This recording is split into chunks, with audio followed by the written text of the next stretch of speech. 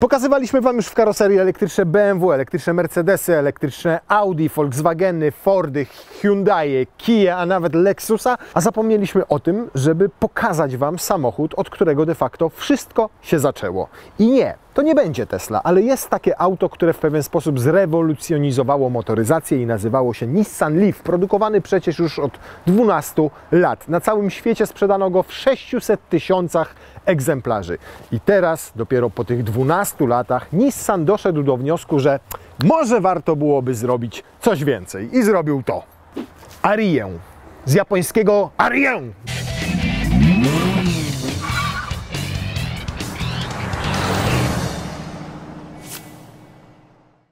I jak zobaczyłem ją na zdjęciach, to mówię, ale kolos! A w rzeczywistości, słuchajcie, to wcale nie jest duży samochód, bo wyobraźcie sobie, że od Leafa jest tylko 10,5 cm dłuższy, ma tylko 7,5 cm większy rozstaw osi, no dobra, na wysokość urósł najbardziej, ale to w końcu crossover, więc jest tam chyba nawet o 16 cm wyższy i tylko kilka centymetrów szerszy. Więc mamy tak naprawdę kompaktowego crossovera, którego gabarytowo najbardziej można porównać do Volkswagena ID.4. Natomiast to, co odróżnia go od innych elektryków, to to, że w podstawowej wersji będzie występował z napędem naprzód i to z niezbyt mocnym silnikiem jak na elektryka, bo 214 koni mechanicznych przy baterii, która ma 63 kWh. Będzie też mocniejsza wersja, a w zasadzie jest, bo to ta nasza, która ma 238 koni mechanicznych i większą baterię 87 kWh.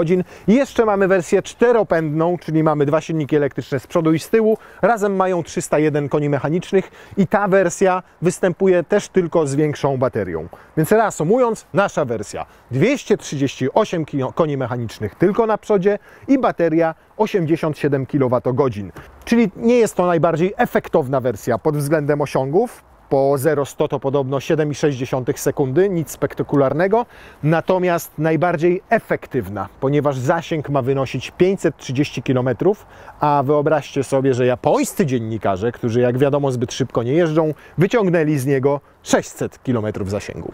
Zostając jeszcze trochę przy stylistyce, to pierwszy Leaf był taką rewolucją stylistyczną w Nissanie. Widział człowiek to auto na ulicy i mówił, o kurde, to jest coś innego i faktycznie było coś innego, bo było napędzane prądem. Tutaj mam wrażenie, że Nissan już bardziej kopiuje innych niż sam tworzy coś nowego. Owszem, wygląd ma kosmiczny, podobają mi się te wąskie reflektory. Tutaj to jest takie zaślepione. To wygląda jak świeci, ale nie świeci ta struktura, która jest pod tą gładką taflą. Natomiast wszystkie te linie, wszystko to ma jedno zadanie, być jak najbardziej opływowe, żeby ciąć powietrze, żeby spalanie było, znaczy zużycie energii jak najmniejsze. Zobaczcie, te deflektory, które tutaj są, one też mają za zadanie ograniczać przepływ powietrza, w sensie takim poprawiać ten przepływ powietrza po karoserii. Wpada tutaj, zobaczcie powietrze, i wypada tutaj prosto na koło. Tu wszędzie gładko, bez żadnych zbędnych przetłoczeń. Drzwi bardzo fajnie się otwierają i zamykają, ponieważ cały próg ładnie zasłaniają, więc się człowiek nie ubłoci. Tutaj mają dodatkową uszczelkę, więc to pozostaje czyste. Zobaczcie, jak mogą w japońskim samochodzie zamykać się drzwi. No można, nie musi to być tak jak w Mazdzie CX-60. No. Rzadko widzi się pod przednią maską coś w elektrykach, bo albo się nie otwierają, albo jest tutaj wszystko zabudowane plastikiem i macie franka, czyli przedni bagażnik, tak zwany jak na przykład w Mustangu Mach-E. A tutaj macie osprzęt. To, co widać tutaj, to nie jest silnik. Silnik jest tam niżej między osiami. Tutaj jest ładowarka pokładowa. Ładowarka pokładowa ma w standardzie 7,4 kW mocy, natomiast możecie domówić sobie taką, która ma aż 22 kW. Wówczas taką ładowarką 22 kW przy wallboxie, którego macie w domu, możecie naładować samochód w zaledwie 4 godziny od 0 do 100%, a to naprawdę świetny czas jak na auto z tak dużą baterią 87 kWh. Jeżeli korzystacie tylko z tej ładowarki, która ma 7,4 kWh, to czas ładowania będzie dosyć długi, bo to około 12-13 godzin z takiej siły, na przykład jeżeli macie ją w garażu. Maksymalna moc ładowania to 130 kW, CCS-em oczywiście, przy takich bardzo szybkich ładowarkach i wówczas bateria od 10 do 80% ładuje się w około 30 minut. Skoro mamy auto o wymiarach kompaktu, tylko troszkę wyższe, to ciekawe jaki ma bagażnik. Według producenta mamy tutaj 468 litrów pojemności. Przy tym przednim napędzie, bo jeżeli mamy wersję, gdzie silnik jest też z tyłu, no to ta pojemność kurczy się tam do 400 kilku litrów. Natomiast nie wygląda to absolutnie na tak dużo i ciekaw jestem, czy przynajmniej dwie walizki tutaj wejdą. Na sztorc na pewno nie, ale w ten sposób wchodzą i zostaje nam jeszcze troszkę przestrzeni. Natomiast ciekawszą rzecz, jaką ma ten bagażnik, to to, że ma podwójną podłogę. Czyli to sobie wyjmujecie i tam pod spodem nie tylko macie miejsce na inne graty, ale możecie jeszcze tę podłogę sobie umieścić tu niżej. O, w ten sposób. To takie sobie rozwiązane. O Jezu, to takie sobie rozwiązane. O matko. O Jezus, to chyba tak musi być. Nie, no to nie jest tak przecież wyprofilowane. A Boga, jak babcie kocham. No świetna półka bagażnika. Tak nie wchodzi? Nie, to tak, a to tak. No, więc jak nie graliście w Tetrisa, to nikuta tego nie uda wam się zrobić. Ja na szczęście dużo grałem, dlatego bardzo sprawnie, szybko mi poszło, bo jestem też inteligentny i logicznie myślę. Natomiast powstaje wtedy tutaj taki próg, co ogranicza mocno wam załadowanie tego bagażnika. Niemniej jest to na tyle głęboko, jest tutaj na tyle głęboko wówczas, że w pionie sobie te walizki tak stawiacie. Tam jeszcze z tyłu macie miejsce na plecaki i tutaj jeszcze wystarczająco miejsca na jedną dodatkową i to sporą walizkę. A to, zobaczcie, to wszystko jest plastik, bo cała tylna klapa jest zrobiona z plastiku, nie ma nawet grama stali. Ten zderzak też z tyłu mi się podoba, bo też nie jest przekombinowany, tutaj ma tylko takie nie wiadomo co, ale ładnie bardzo zakrywa aż do dołu cały tył samochodu, niczego tam absolutnie nie widać i te linie są po prostu takie czyste, nieskalane żadnymi niepotrzebnymi ozdobnikami. Do pełni szczęścia widziałbym tę wycieraczkę schowaną tam, żeby wszystko zgarniała z góry i byłoby idealnie.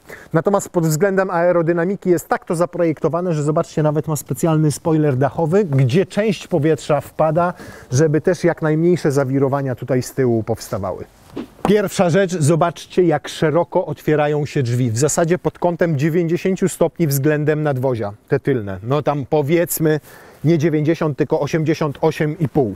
Miejsca na kolana wystarczająco, co najmniej, jeżeli tak mogę powiedzieć. Troszkę gorzej ze stopami, których nie wsunę tam bardzo głęboko pod fotel, bo mi ogranicza jego dno, miejsce na stopy. Natomiast przypominam, że mówimy o samochodzie, który ma 4,60 m, a nie 5 metrów jak niektóre SUV-y, jak choćby BMW X5 i tam jest porównywalna ilość miejsca. To, co jest fajnego, to tutaj trzeci pasażer, zobaczcie, ma specjalnie wyprofilowany ten tunel środkowy tak, żeby nawet moje wielkie stopy tutaj posadzić i siedzę tutaj na kanapie i na kolana mam dużo miejsca i siedzę dosyć wygodnie.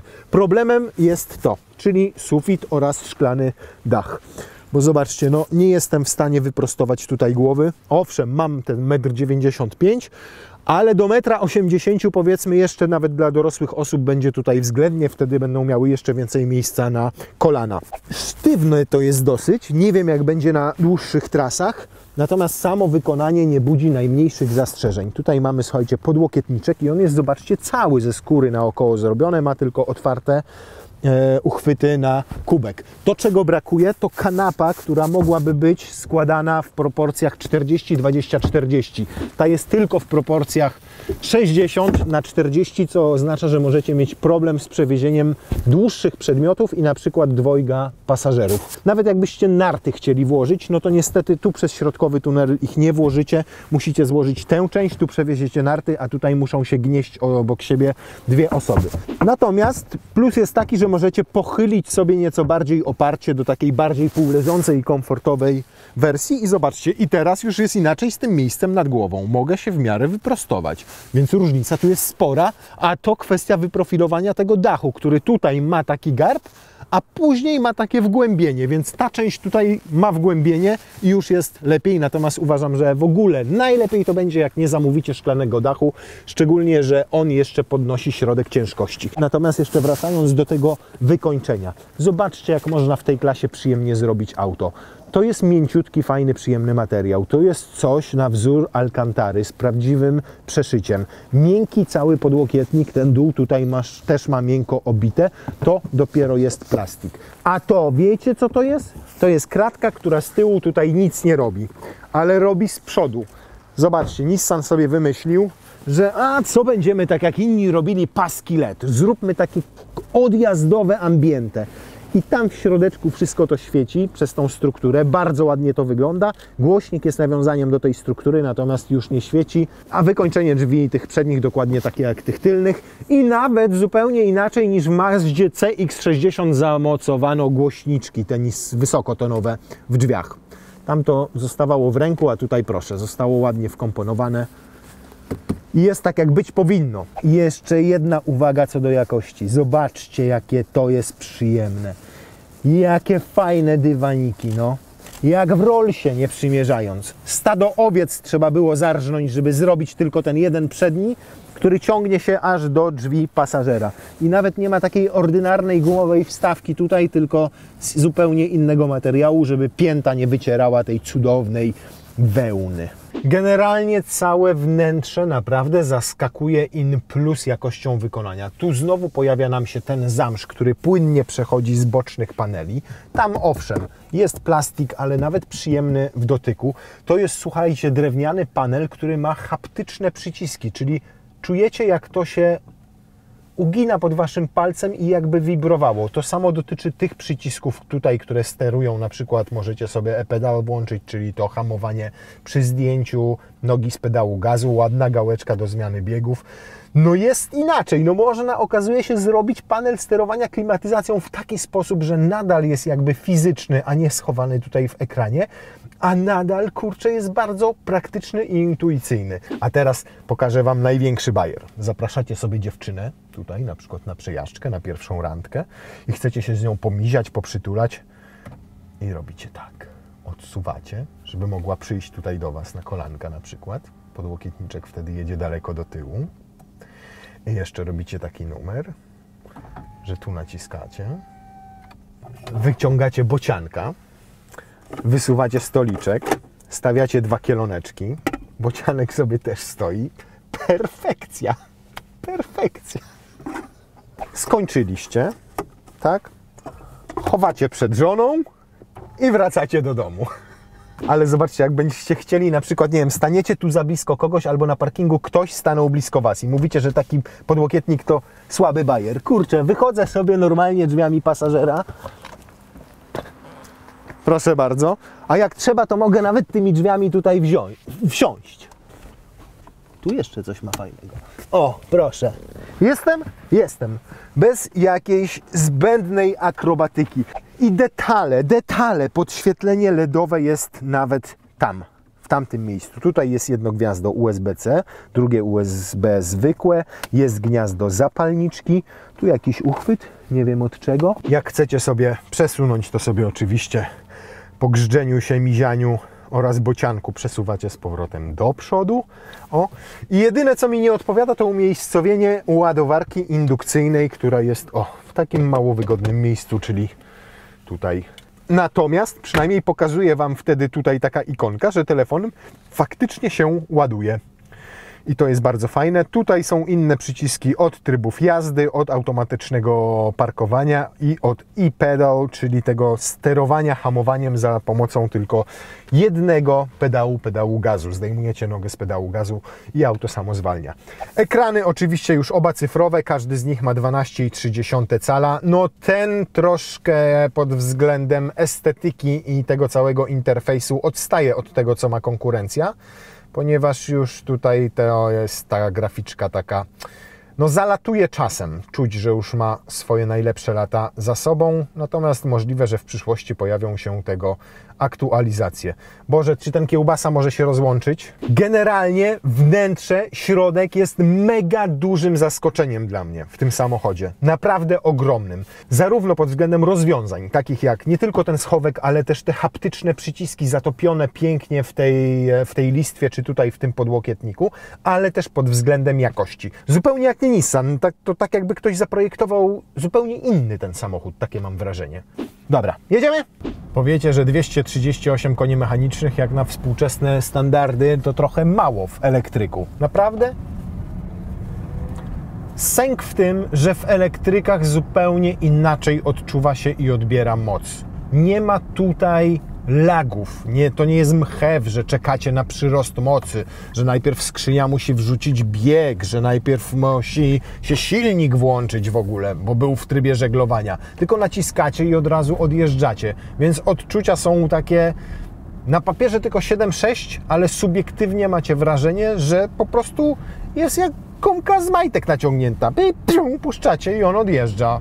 Platforma, na której zbudowano Arię, to ta sama platforma, którą wykorzystano do budowy Renault Megane E-Tech, tego nowego. Ten sam rozstaw osi, podobne baterie, też silnik tutaj z przodu i tam z przodu, tylko póki co Megane E-Tech nie występuje w opcji z napędem na 4 koła. Bardzo ładnie wybiera nierówności. W dodatku bardzo cicho. Jedno z niewielu aut, które tak cicho się zachowuje tutaj na tej drodze i nawet jak teraz mówię sam do siebie, to powiem Wam, że występuje tu taki efekt, jakbyście mówili pod kołdrą. Generalnie samochód sprawia wrażenie mega wyciszonego.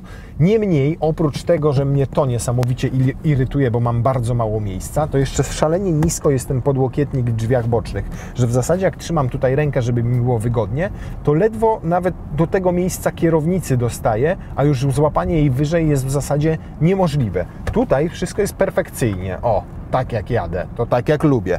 Tu niestety też nie oprzecie ręki, ponieważ jest za duży spadek, nie jest to wypłaszczone pod szybie w tym miejscu, więc będzie tak średniawo.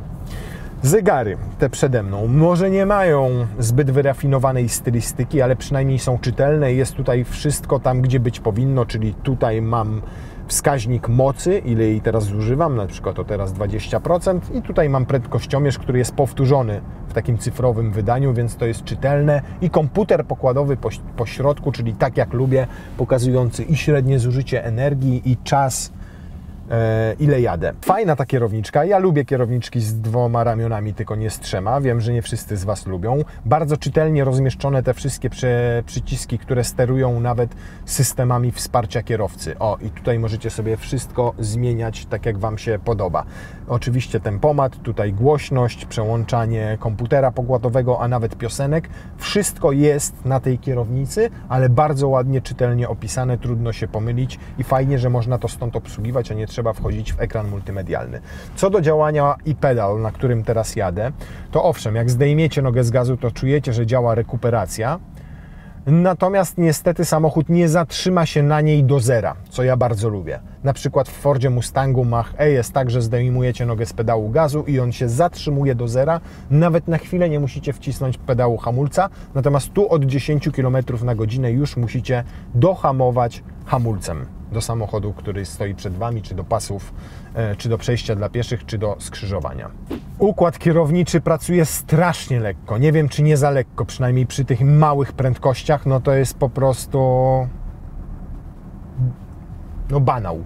To niemowlę, które dopiero co wyszło z łona matki, wsiadłoby i byłoby w stanie dokonać tutaj 2 pełnych obrotów kierownicą. Tak lekko to działa. Nawet jak wejdę sobie w tryb sport, to nie zmienia to niestety tego układu kierowniczego. On nadal pozostaje taki luźniutki.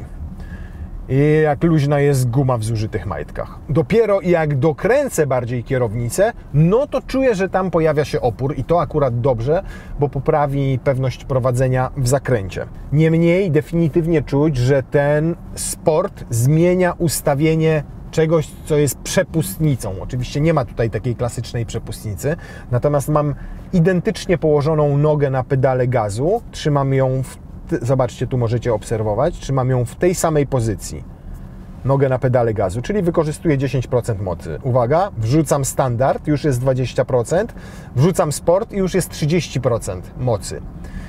I to czuję doskonale pod pedałem gazu, że dokładnie tak to działa, że on jest bardziej wrażliwy. Oczywiście wszystkim steruje komputer, natomiast takie muśnięcie w sporcie to jest od razu uderzenie, natomiast jak wejdę sobie w eko, no to mogę głębiej wciskać i to jest takie subtelne, spokojne, więc do codziennej jazdy zdecydowanie ten subtelny i ten spokojny. Natomiast jak chcecie powyrywać włosy pasażerom, no to możecie sobie wejść w sport i rzeczywiście będą czuli, jak samochód odjeżdża. Teoretycznie akumulator, ten 87 kWh pojemności, powinien przy tym silniku mocniejszym wystarczyć na przejechanie 533 km dokładnie. No ale wiadomo, że to są warunki ultra optymalne. Niemniej w mieście i na bocznych drogach możecie naprawdę zrobić wynik około 600 km, ten, którego podobno dopuścili się, tak to powiedzmy, Japończycy. I rzeczywiście wtedy to zużycie energii będzie bardzo niskie, rzędu nawet 14-15 kWh. Nas bardziej interesuje to, czy on będzie nadawał się na trasę i w tej trasie ile nam zużyje tej energii, bo że elektryki nadają się do miasta i do kręcenia się wokół komina, czy nawet do takiego jeżdżenia 100 km w prawo, 100 km w lewo, to dobrze wiemy. Więc sobie to za chwilę sprawdzimy. Ale zanim sprawdzimy zużycie energii przy tych 120, to jeszcze sprawdzimy sobie jedną rzecz, mianowicie przyspieszenie od 0 do 100. Co ciekawe, ta wersja z mocniejszym silnikiem jest najwolniejsza, bo robi setkę w 7,6 sekundy. Ta ze słabszym silnikiem 214-konnym robi to w 7,5 sekundy. W czym tkwi różnica? Ano w masie baterii. Tam mamy tę mniejszą, 63 kWh, tutaj tę większą, 87 kWh, więc mocniejszy silnik, ale większa masa do dźwigania, równa się gorsze przyspieszenie do setki. Niestety Race Logic nam nawalił, nie znajduje satelitów, więc nici z profesjonalnego pomiaru, ale na szczęście w tej kamerze GoPro mamy uruchomiony GPS, więc mam nadzieję, że silnemu uda się podłożyć pod to stoper i pokażę Wam, jak szybko rosła prędkość od 0 do 100. A dla pewności ja jeszcze będę liczył w takim razie. Co ciekawe, już na początku czujecie, że delikatnie ogranicza mu moc silnika na początku, żeby przednie koła nie buksowały. Jest już 100. Dobra. A, zapomniałem liczyć, tak? Dobra, to będę liczył jeszcze raz. Raz, 2, 3, 4, 5, 6, 7, 8. No i to będzie dokładnie jakieś 7,6 sekundy. Doliczyłem do 8, było 101 na godzinę. Natomiast zwróćcie uwagę to, o czym mówię, czyli że ta moc nie pojawia się nagle, tylko jest ograniczana, no to widać doskonale po tym wskaźniku power, czyli dostępnej aktualnie mocy. On nie idzie od razu do 100, tylko zobaczcie, jak rośnie. 20, 40 i teraz nabiera prędkości 80 i 100 dopiero się pojawia przy około 65-70 km na godzinę, a to, tak jak mówię, po to, żeby ograniczyć ten efekt mielenia kołami w miejscu. Natomiast subiektywne odczucia są takie, że to jest bardzo szybki i sprawny wóz. Gdybyście mieli Qashqai'a na przykład, który robiłby setkę w 7,6 sekundy, czy nawet w 8, no to raczej byście na to nie narzekali. A przecież to jest dokładnie taki sam segment samochodów, tylko tu jest elektryk, a tamtego elektryka nie ma. Jazda po zakrętach. Jak jazda po zakrętach, no. Już się włączyła kontrola trakcji, więc przez ten silnik, który jest z przodu i przez przednionapędowy układ, no pojawia się ta podsterowność tutaj i to nawet stosunkowo wcześnie, bo i na suchej nawierzchni, i na asfalcie nic nie padało, nie jest jakoś specjalnie zimno, więc opona powinna być w miarę dogrzana. I jedziemy do 120, tu bystro se przyspieszymy, a co? Mamy jeszcze zapas energii w akumulatorze, tu puścimy pana, niech se cyknie przed nas.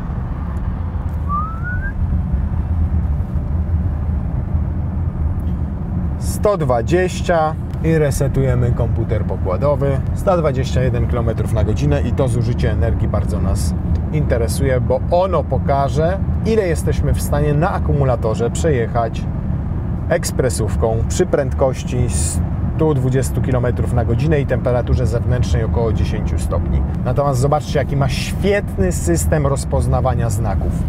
Od 2 km jedziemy ekspresówką, on się jeszcze nie zorientował i pokazuje nam prędkość ze zjazdu na ekspresówkę, czyli 60 km na godzinę. Dwukrotnie prędkość przekraczam. O, teraz wskoczyło 120.